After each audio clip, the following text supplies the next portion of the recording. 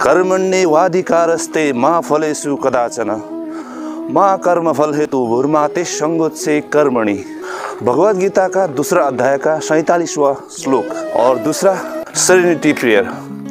God grant me the serenity to accept the things which I can't change, and courage to change which I can, and wisdom to know the difference। और तीसरा, कोशिश करने वालों की हार नहीं होती कविता।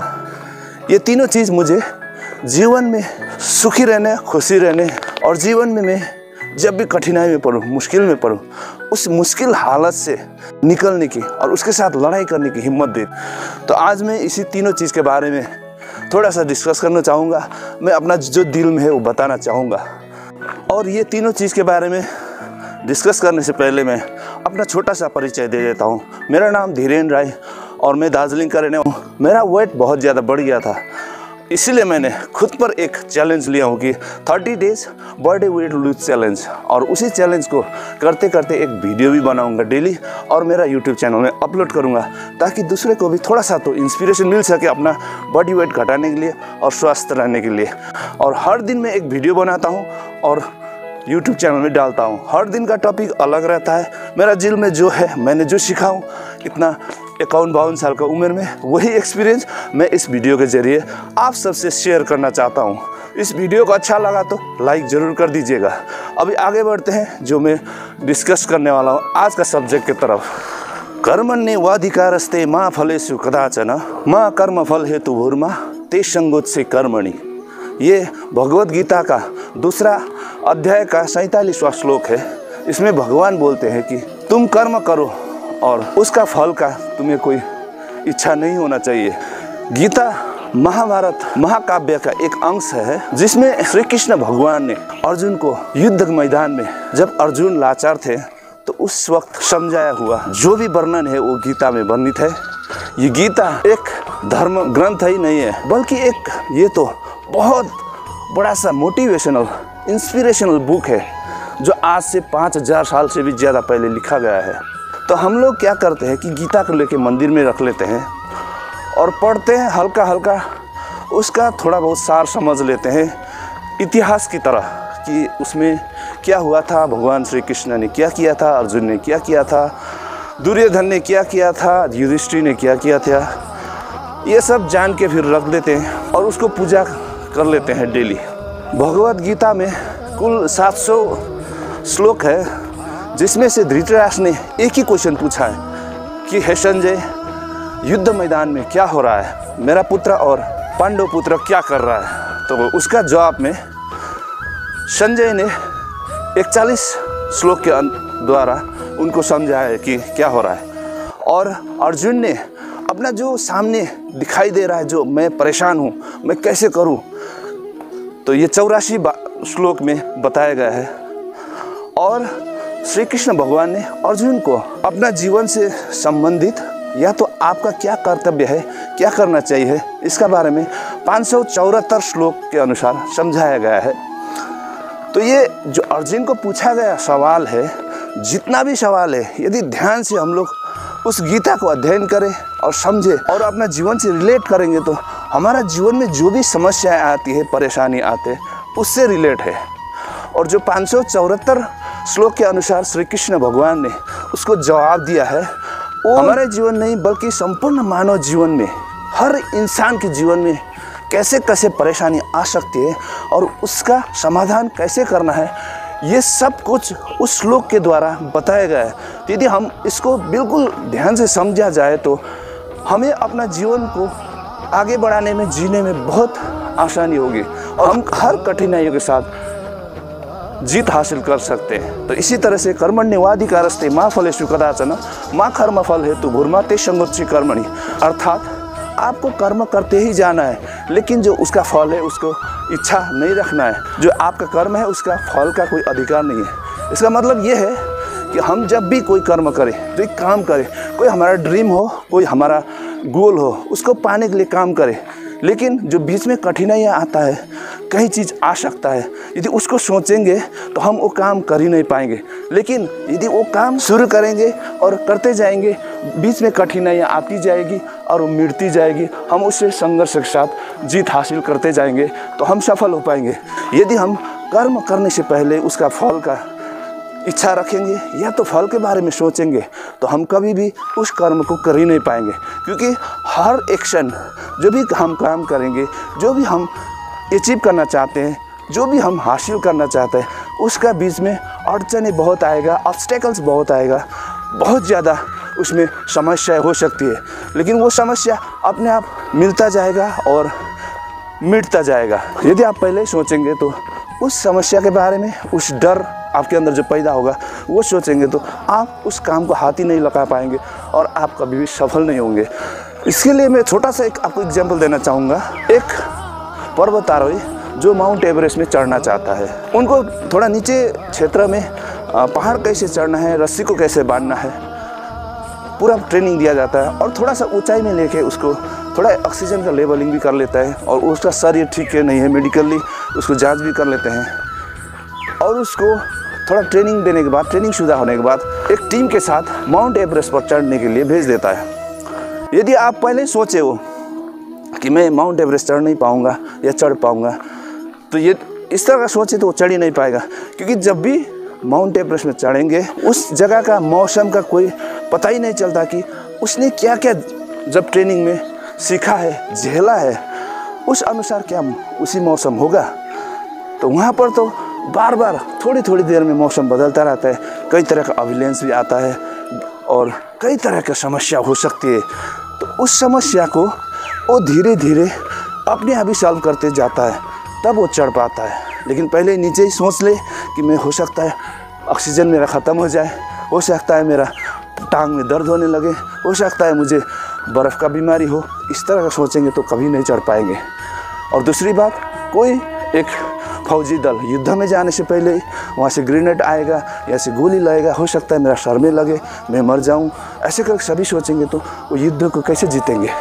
तो इसी तरह से कोई भी काम हो, कोई भी लक्ष्य हो, आपका जो गोल हो, उसको पाने के लिए बस कर्म करना है, बस उसी के पीछे लगना है। जो भी कर्म करेंगे उसका फल तो आपको अवश्य मिलेगा और आप ज़रूर जीतेंगे, आप ज़रूर सक्सेस हो। अभी दूसरा टॉपिक की तरफ चलते हैं, जो सेरेनिटी प्रेयर है। God grant me the serenity to accept the things which I can't change, and courage to change which I can, and wisdom to know the difference। मतलब भगवान मुझे ऐसे संतुलन दो कि मैं जो चीज़ चेंज नहीं कर सकता हूँ, जिसको मैं परिवर्तन नहीं कर सकता हूँ, उसे मैं एक्सेप्ट करूँ या स्वीकार करूँ, और मुझे ऐसे शक्ति दो कि मैं जो चीज़ बदल सकता हूँ उसको बदल दूँ, और मुझे ऐसे ज्ञान दो कि कौन सा मैं बदल सकता हूँ और कौन सा नहीं बदल सकता हूँ, उसे पहचान सकूँ। इसका अर्थात ये है कि हम जब भी कोई चीज़ हमारा सामने आता है, जैसे बारिश हो गया, अरे इस बारिश ने मुझे बेकार लगता है, जैसे धूप आ गया, अरे धूप से तो मेरा हाल ख़राब कर दिया, क्यों धूप होता है।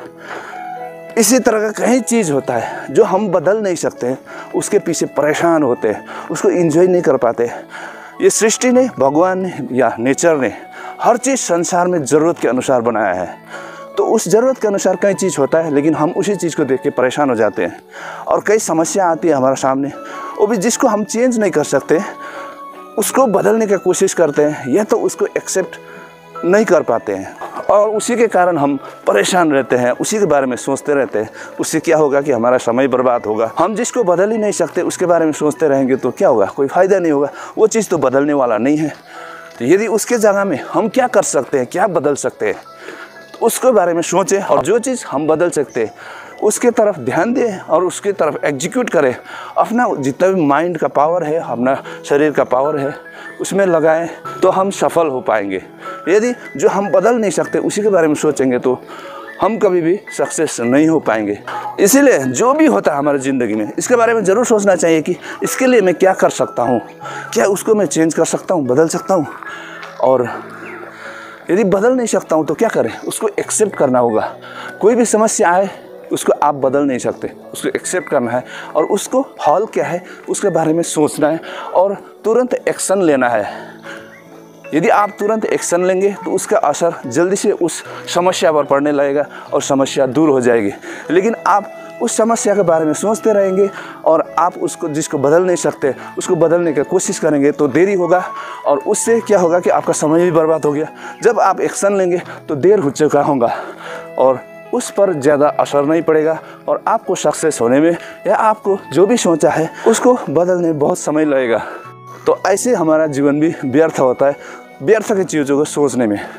हम जो करना चाहें वो तो करते नहीं हैं, लेकिन जो हमसे नहीं होता है उसी के बारे में सोचते रहते, हम सफल नहीं हो पाते, ऐसे मुझे लगता है। अभी तीसरी चीज़ है जो एक कविता, कोशिश करने वालों की कभी हार नहीं होती।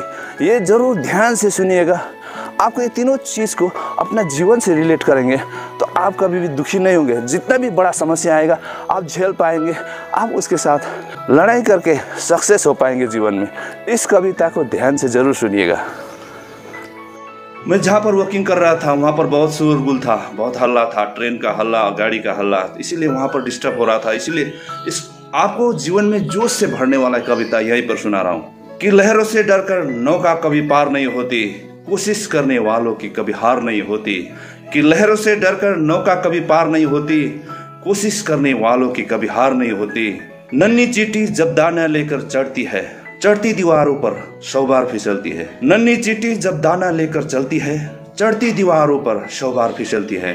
मन का विश्वास रगों में साहस भरता है, चढ़कर गिरना और गिरकर चढ़ना न अखरता है। आखिर उसका मेहनत बेकार नहीं होती, कोशिश करने वालों की कभी हार नहीं होती, कोशिश करने वालों की कभी हार नहीं होती। डुबकियां सिंधु में गोताखोर लगाता है, डुबकियां सिंधु में गोताखोर लगाता है, जा जाकर खाली हाथ लौट के आता है।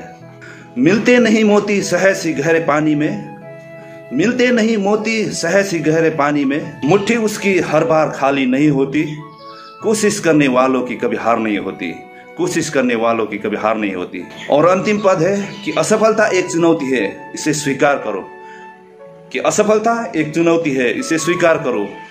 क्या कमी रह गई है देखो और सुधार, क्या कमी रह गई है देखो और सुधार करो। जब तक ना सफल हो नींद चैन को त्यागो तुम, जब तक ना सफल हो नींद चैन को त्यागो तुम।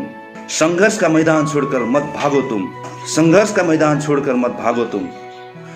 कुछ किए बिना ही जय जयकार नहीं होती, कोशिश करने वालों की कभी हार नहीं होती, कोशिश करने वालों की कभी हार नहीं होती। तो कविता आपने सुन ही लिया होगा, तो हमें भी इसी तरह से कभी भी हार नहीं माननी चाहिए। जब नन्ही चींटी कुछ खाना लेकर, दाना लेकर पहाड़ों पर चढ़ती है तो 100 बार फिसलती है। थॉमस अल्वा एडिसन ने भी जब बल्ब का आविष्कार कर रहा था तो बार बार फेल हो रहा था, वो बार बार 1000 बार 10,000 बार फेल हुआ, फिर एक्सपेरिमेंट किया, तब वो सफल हुआ। आज उसी के कारण पूरा सारा संसार उजाला है, उसी के कारण चमत्कार हुआ है। आप इलन मस्क का भी एग्जाम्पल ले सकते हैं। जब उसने SpaceX बनाया था, जो स्पेस में सैटेलाइट को कैरी करने वाला व्हीकल बनाया था, उसने सोचा होगा कि मेरे को इसमें $1 मिलियन नुकसान भी हो सकता है, फ़ायदा भी हो सकता है, लेकिन उसको इच्छा था कि मैं ऐसे चीज़ करूँगा और उसने करता गया और सफल हुआ।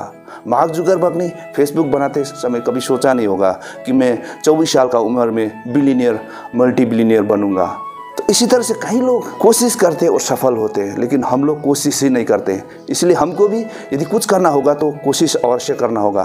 फेल हो जाए कोई बात नहीं, 2 बार फेल हो जाए, 3 बार फेल हो जाए, 10 बार फेल हो जाए, फिर भी कोशिश करना होगा। यदि एक रास्ता से नहीं हो वो काम और हमारा गोल अचीव ना हो तो दूसरा रास्ता ढूंढना होगा, उस रास्ते से काम करना होगा। गोताखोर भी बार बार डुबकियाँ लगाते हैं मोती लेने के लिए, एक ही बार में उसको मोती नहीं मिलता है, 1000 बार 100 बार गोता लगाता है तब उसको मोती मिलता है। तो इसी तरह से आपने इस वीडियो को पूरा देखा होगा तो आपका मन में भी एक जोश भरा होगा, एक जीवन के बारे में कुछ समझ आया होगा।